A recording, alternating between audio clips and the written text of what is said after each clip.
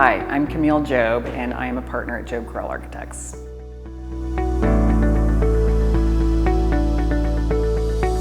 Austin is full of so many incredibly talented craftspeople and designers.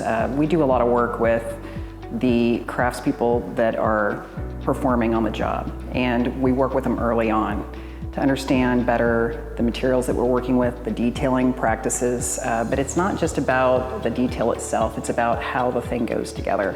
We like to work on designing things so that it's easier to build or construct or has a lot of sensibilities that have to do with where something comes from, how it's made, and whose hands are putting it together.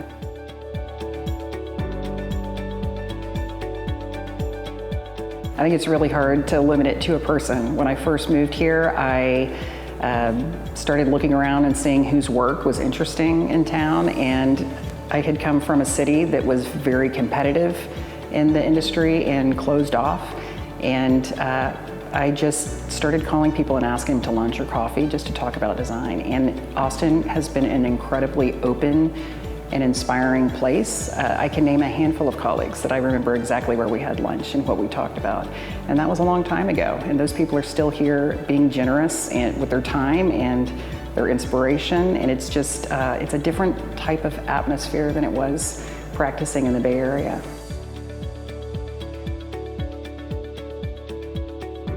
Early on when we formed our partnership, Ada and I discovered that we had very similar ways of thinking about what we wanted out of a practice. And we have many firms that we've looked at over the years that we admire, but the thing that is most interesting to both of us, I think, is the idea of working from a fresh site all the way down to the last knife and fork that goes on a table. It's that continuity of an idea that pulls a thread all the way through the design. So the practice that we've worked on building and are continuing to work on is a practice that does that moves all the way from those very big ideas from a fresh site all the way through the last detail. And that goes back to that maker thing and understanding how all the makers make everything from furniture to textiles to objects that go into a building to the building itself and all of the waterproofing details that go along with it. It's a massive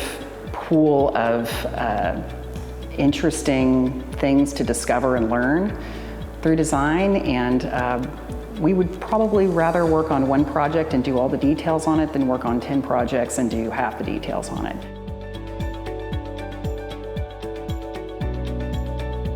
I would say don't worry so much about doing everything right and don't worry about being perfect.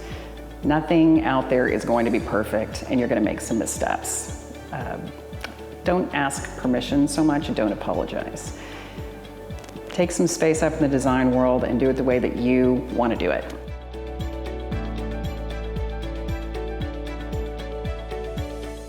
When we started our firm, we thought that the best way that we were going to help women in the profession was through a lot of flexibility.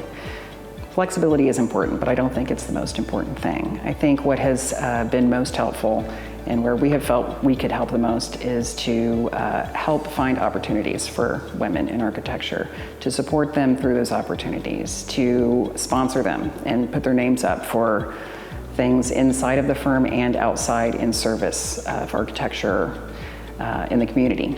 So being involved in the AIA has been very important, helping people come up through the ranks and supporting them and making sure that their names get on those lists when people are being considered for opportunities.